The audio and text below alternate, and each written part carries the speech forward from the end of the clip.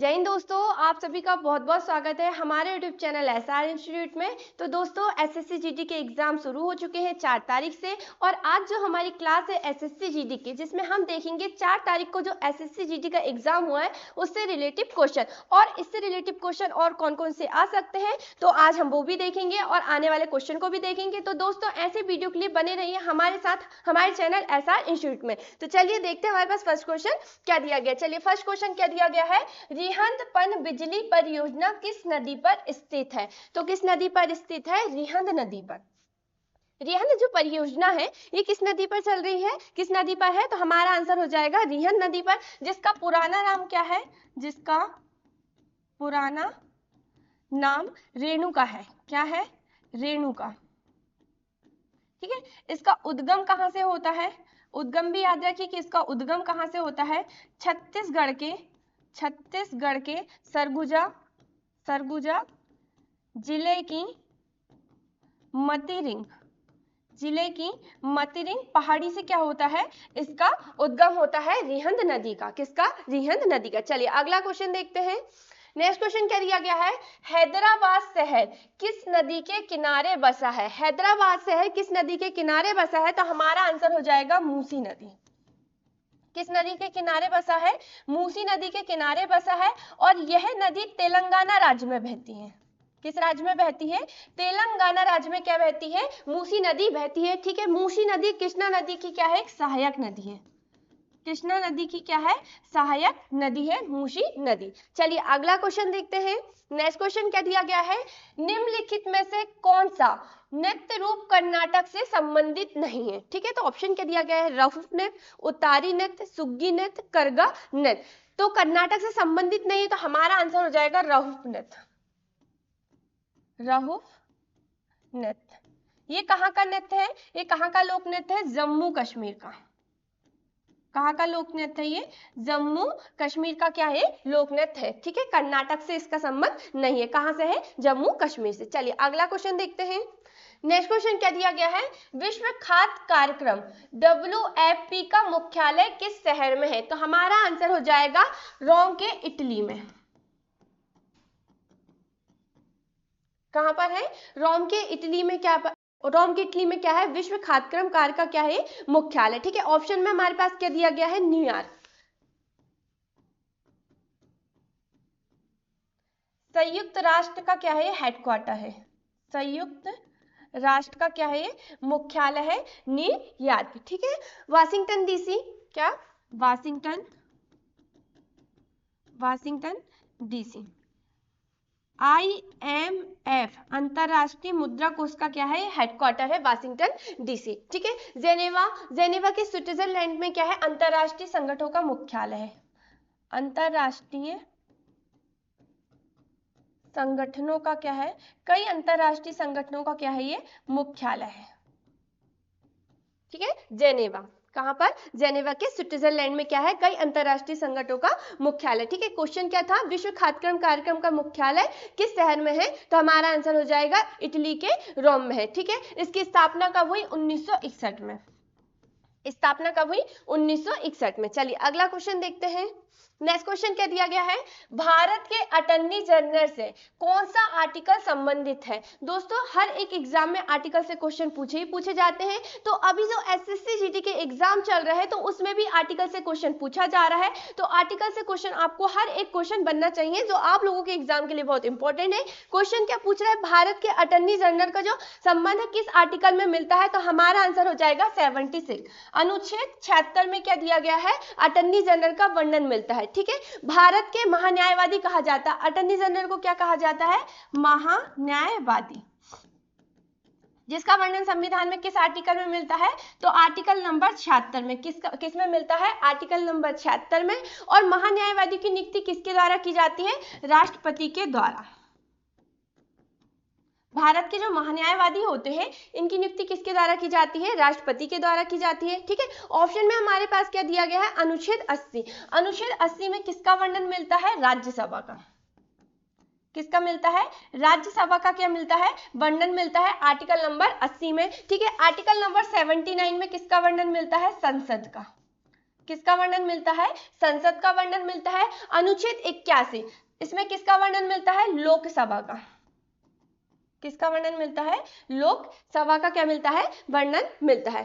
ठीक है, एक और आर्टिकल याद रखिए 61।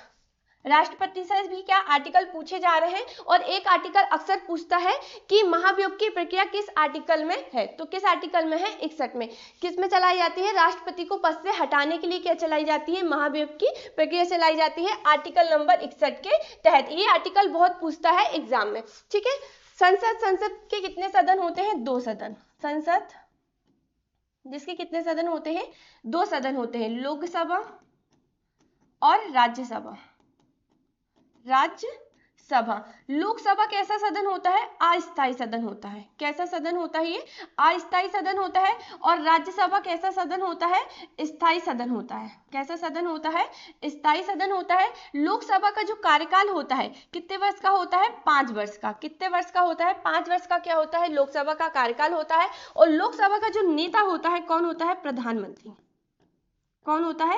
प्रधानमंत्री क्या होता है? लोकसभा का नेता होता है। ठीक है, लोकसभा को कभी भी भंग, कभी भी विघटित किया जा सकता है, लेकिन राज्यसभा को कभी भी विघटित, कभी भी भंग नहीं किया जा सकता। ठीक है, वर्तमान में जो लोकसभा के अध्यक्ष है उनका नाम भी याद रखिए।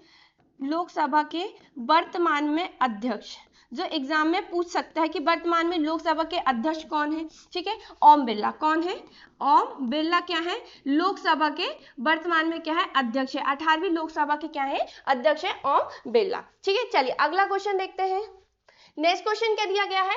भारत में सबसे कम जनसंख्या वाला राज्य कौन सा है? क्या क्वेश्चन पूछा है? भारत में सबसे कम जनसंख्या वाला राज्य कौन सा है? तो कौन सा है? सिक्किम। ये क्या है? सबसे कम जनसंख्या वाला राज्य। सबसे अधिक कहाँ की है? तो यूपी की है। कहाँ की है? उत्तर प्रदेश की है। ठीक है, अगर हम क्षेत्रफल की दृष्टि से देखें कि भारत का सबसे जनसंख्या वाला राज्य कौन सा है, तो उत्तर प्रदेश। और सबसे कम देखें तो कौन सा है? गोवा राज्य। कम कौन सा है? गोवा राज्य। ठीक है, 2011 की जनगणना के अनुसार सबसे ज्यादा साक्षरता वाला जो राज्य है क्या है? केरल। कौन सा राज्य है? केरल। ठीक है, चलिए अगला क्वेश्चन देखते हैं। नेक्स्ट क्वेश्चन क्या दिया गया है? निम्न में से कौन सी फसल खरीफ की फसल है? क्या क्वेश्चन पूछा है? निम्न में से कौन सी फसल खरीफ की फसल है? तो हमारा आंसर हो जाएगा चावल। चावल क्या है? खरीफ की फसल है। क्या है ये? खरीफ की फसल। और कौन कौन सी फसल है खरीफ की, तो वो भी याद रखिए। ठीक है, चावल हो गया, मक्का, ज्वार, बाजरा, ये क्या है? खरीफ की फसल है, जो कब बोई जाती है? जून जुलाई में। किस माह में बोई जाती है? तो वो भी याद रखिए, जून जुलाई में। ठीक है, जून जुलाई में बोई जाती है। और कब काटी जाती है? सितंबर अक्टूबर में। कब काटी जाती है? सितंबर अक्टूबर माह में। ठीक है, ये तो हो गई क्या? खरीफ की फसलें। ठीक है, चावल, मक्का, ज्वार, बाजरा। अब रबी की फसलें भी याद रखिए कि कौन कौन सी रबी की फसल होती है। रबी की फसल गेहूं, जौ, चना, मसूर। क्या है ये? रबी की फसल, जो किस माह में बोई जाती है, तो वो भी याद रखिए, अक्टूबर से दिसंबर माह में। अक्टूबर से दिसंबर माह में क्या ये बोई जाती है, और इसकी कटाई कब होती है? अप्रैल जून माह में। ठीक है, चलिए अगला क्वेश्चन देखते हैं। नेक्स्ट क्वेश्चन क्या दिया गया है? नेक्स्ट क्वेश्चन क्या दिया गया है?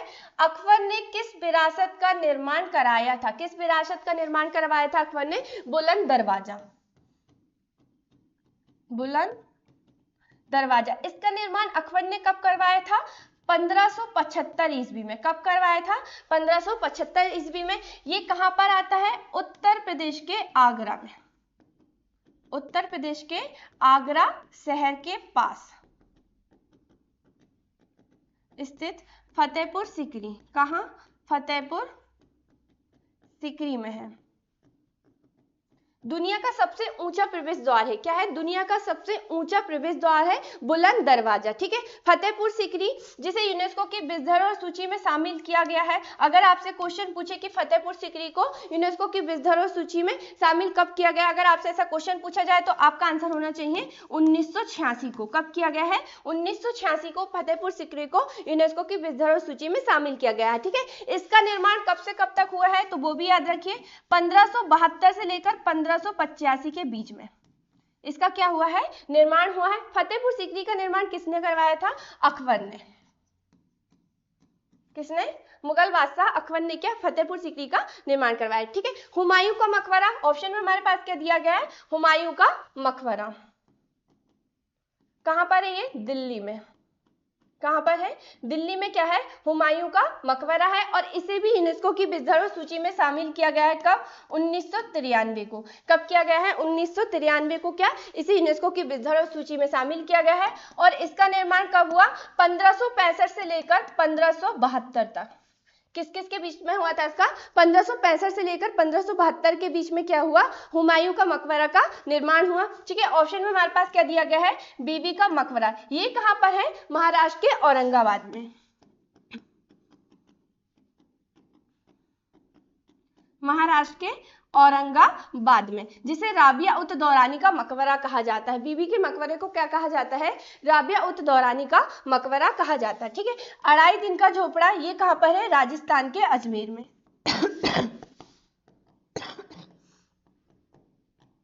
कहां पर है, राजस्थान के अजमेर में है अढ़ाई दिन का झोपड़ा। चलिए अगला क्वेश्चन देखते हैं। नेक्स्ट क्वेश्चन क्या दिया गया है, निम्नलिखित में से कौन सा पुरस्कार केवल संगीत से संबंधित है, तो हमारा आंसर हो जाएगा ग्रेमी पुरस्कार।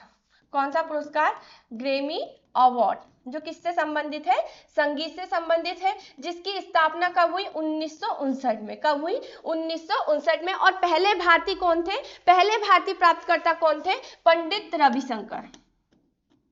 पंडित रविशंकर, जिन्हें ये पुरस्कार कब दिया गया, 1968 में। कब दिया गया, 1968 में। किस एल्बम के लिए दिया गया, तो वो एल्बम का नाम भी याद रखिए, किस एल्बम के लिए दिया गया, वेस्ट मीट्स ईस्ट के लिए, ठीक है। इसके लिए इन्हें क्या दिया गया था, ग्रेमी पुरस्कार से सम्मानित किया गया था। कब, 1968 में। चलिए अगला क्वेश्चन देखते हैं। नेक्स्ट क्वेश्चन क्या दिया गया है, भारतीय केंद्रीय औषधि अनुसंधान कहाँ संस्थान कहाँ स्थित है। क्या क्वेश्चन पूछ रहा है, भारतीय केंद्रीय औषधि अनुसंधान कहाँ, इसका संस्थान क्या है, स्थित है। तो हमारा आंसर क्या हो जाएगा, उत्तर प्रदेश के लखनऊ में। उत्तर प्रदेश के लखनऊ में, ठीक है। इसका औपचारिक उद्घाटन किसने किया था, इसका औपचारिक उद्घाटन, ठीक है, कब किया था, 1951 को। जो तत्कालीन क्या थे, प्रधानमंत्री थे। तत्कालीन कौन थे, प्रधानमंत्री थे, प्रधानमंत्री पंडित जवाहरलाल नेहरू ने किया था। पंडित जवाहरलाल नेहरू ने क्या किया था, इसका उद्घाटन किया था, ठीक है। भारतीय केंद्रीय औषधि अनुसंधान, ठीक है, जो कहां पर है, उत्तर प्रदेश के लखनऊ में। चलिए अगला क्वेश्चन देखते हैं।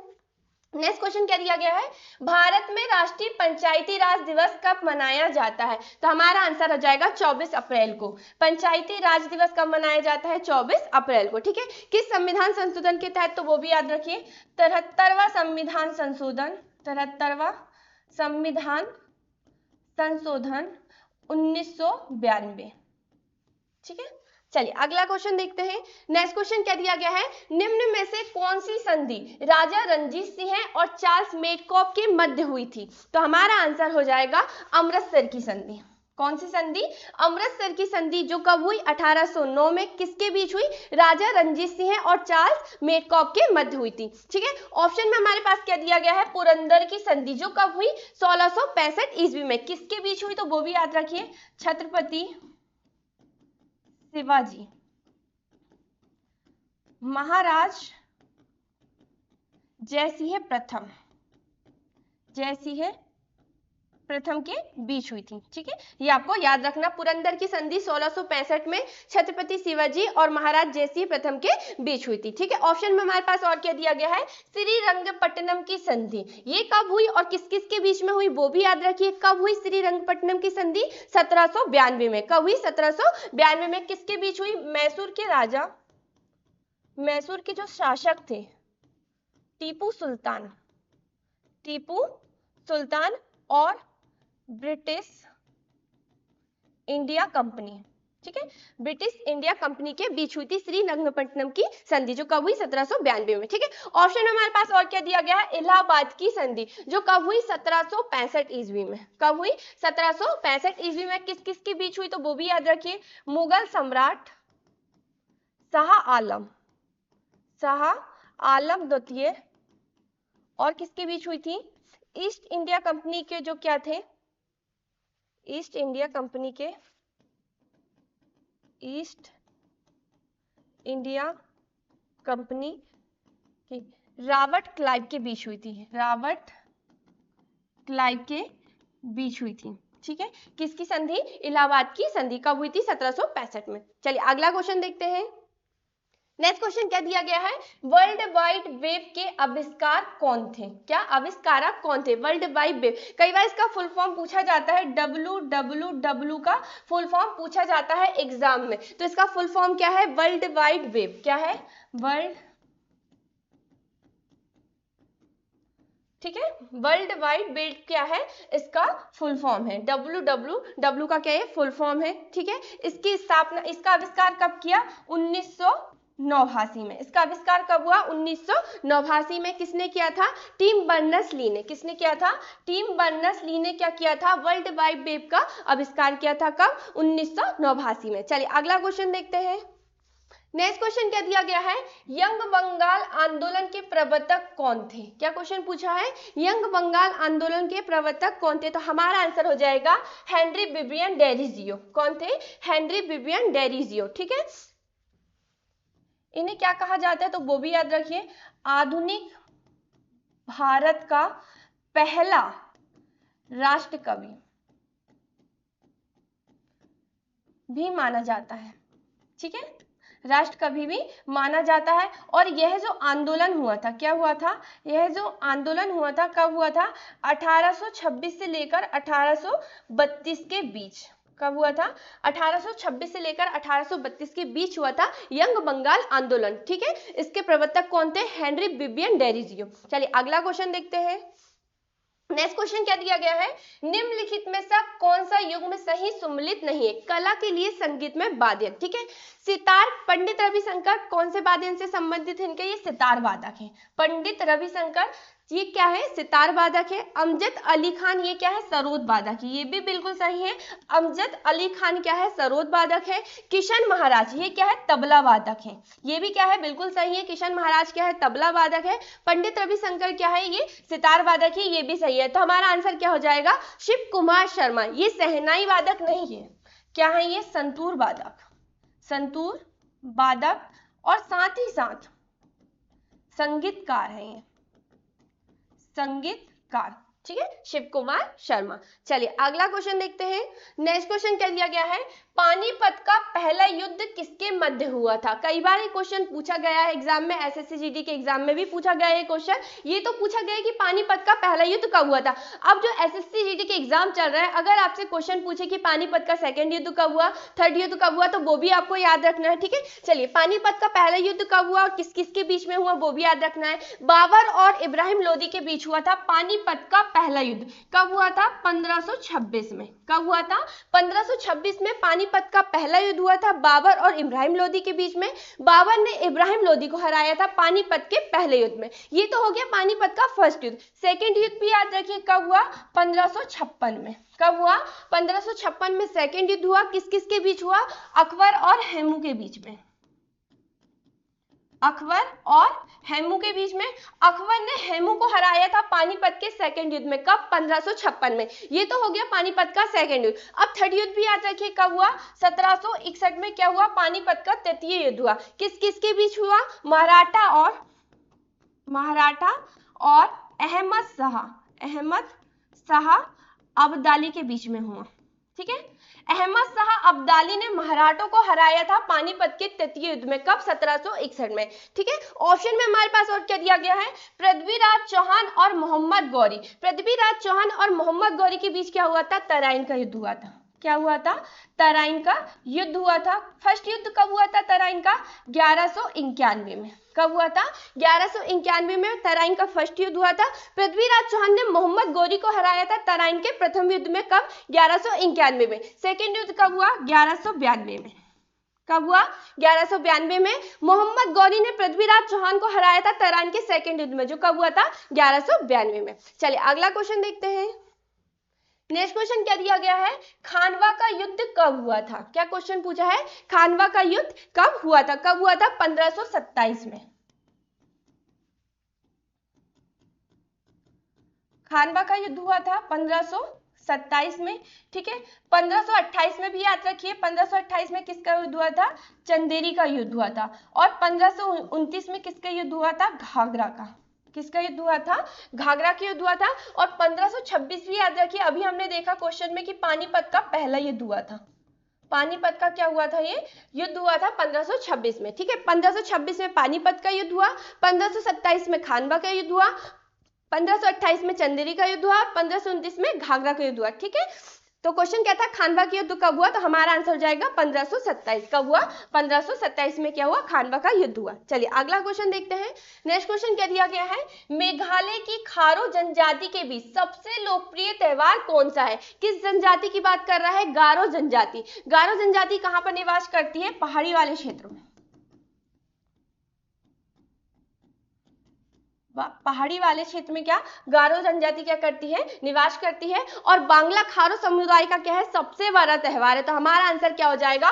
बांग्ला महोत्सव। कौन सा महोत्सव? बांग्ला महोत्सव। खारो जनजाति के बीच सबसे लोकप्रिय त्योहार है बांग्ला महोत्सव। ठीक है, ऐसे ऐसे क्वेश्चन देखने को मिल रहे हैं एसएससी जीडी के एग्जाम में, तो आपको हर एक क्वेश्चन की बहुत अच्छे से तैयारी करना है। पता नहीं कब कौन सा क्वेश्चन पूछ लिया जाए एग्जाम में। ठीक है, चलिए अगला क्वेश्चन देखते हैं। नेक्स्ट क्वेश्चन क्या दिया गया है? नेक्स्ट क्वेश्चन क्या दिया गया है? लूनर कास्टिक का रासायनिक सूत्र क्या है? किसका पूछ रहा है? लूनर कास्टिक का रासायनिक सूत्र क्या है? तो हमारा आंसर हो जाएगा सिल्वर नाइट्रेट, AgNO3। क्या हो जाएगा? AgNO3। सिल्वर नाइट्रेट क्या है? लूनर कास्टिक का रासायनिक सूत्र है। चलिए अगला क्वेश्चन देखते हैं। नेक्स्ट क्वेश्चन क्या दिया गया है? 1889 में बंबई में आयोजित कांग्रेस के अधिवेशन के अध्यक्ष कौन थे? कब? 1889 में क्या हुआ? बंबई में क्या हुआ? कांग्रेस अधिवेशन हुआ। और कांग्रेस अधिवेशन हुआ तो अध्यक्ष किसे बनाया गया था? तो हमारा आंसर हो जाएगा विलियम बेडबरन को। किसको बनाया गया था? विलियम बेडबरन को क्या बनाया गया था? कांग्रेस के अधिवेशन के अध्यक्ष। कब? 1889 में। कहां? बंबई में। ठीक है, राष्ट्रीय कांग्रेस की स्थापना कब हुई? कांग्रेस भारतीय राष्ट्रीय कांग्रेस की स्थापना कब हुई वो भी याद रखिए।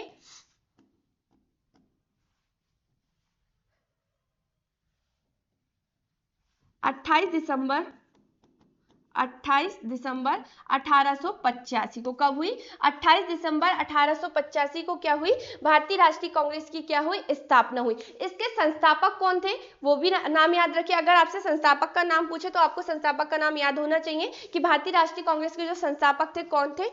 A.O. ह्यूम। क्या थे ये? भारतीय राष्ट्रीय कांग्रेस के क्या थे ये? संस्थापक। ठीक है, क्या थे? संस्थापक। और पहले अध्यक्ष किसे बनाया गया था? ब्रोमेश चंद्र बनर्जी को। ब्रोमेश चंद्र बनर्जी क्या थे? भारतीय राष्ट्रीय कांग्रेस के क्या थे? पहले अध्यक्ष थे। वर्तमान में भी याद रखिए कि वर्तमान में भारतीय राष्ट्रीय कांग्रेस के जो अध्यक्ष है मल्लिकार्जुन खड़गे। कौन है? मल्लिकार्जुन खड़गे क्या है? भारतीय राष्ट्रीय कांग्रेस के वर्तमान में अध्यक्ष है। ठीक है, और प्रथम मुस्लिम भारतीय राष्ट्रीय कांग्रेस के अध्यक्ष किसे बनाया गया था? उनका नाम भी याद रखिए, बदरुद्दीन तैयबाजी को। किसे बनाया गया था? बदरुद्दीन तैयबाजी क्या थे? भारतीय राष्ट्रीय कांग्रेस के पहले मुस्लिम अध्यक्ष थे। ठीक है, ये तो हो गया पहले। अगर हम बात करें क्या भारतीय राष्ट्रीय कांग्रेस की पहली महिला अध्यक्ष भारतीय, लेकिन कैसी भारतीय, किसे बनाया गया था? सरोजनी नायडू को।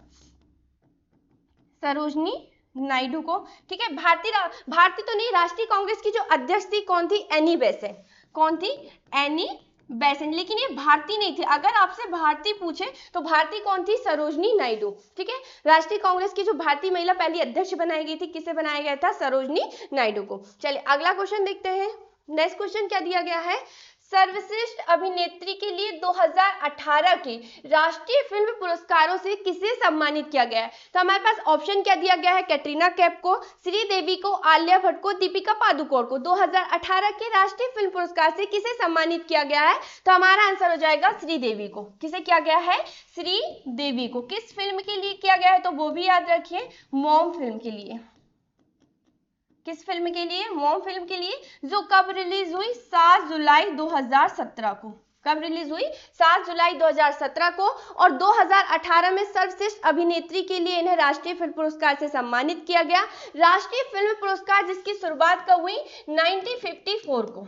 1954 में क्या हुई? राष्ट्रीय फिल्म पुरस्कार की शुरुआत हुई। ठीक है, और पहले 1954 में क्या? पहली बार 1954 में जो मराठी फिल्में हुई थी, क्या? मराठी फिल्म श्यामची आई। श्यामची आई। श्यामची आई को दिया गया था किस फिल्म के लिए? मराठी फिल्म के लिए। कब? 1954 में, पहली बार जब राष्ट्रीय फिल्म पुरस्कार की शुरुआत हुई थी 1954 को। ठीक है, भारतीय कला और संस्कृति को बढ़ावा देने के लिए पुरस्कार दिया जाता है। ठीक है, राष्ट्रीय फिल्म पुरस्कार। तो दोस्तों ये रही हमारी एसएससी जीडी की क्लास। अब तक आपने चैनल को सब्सक्राइब नहीं किया तो सब्सक्राइब कर लें, और फेसबुक पे देख रहे तो फॉलो कर लें। जय हिंद, जय भारत।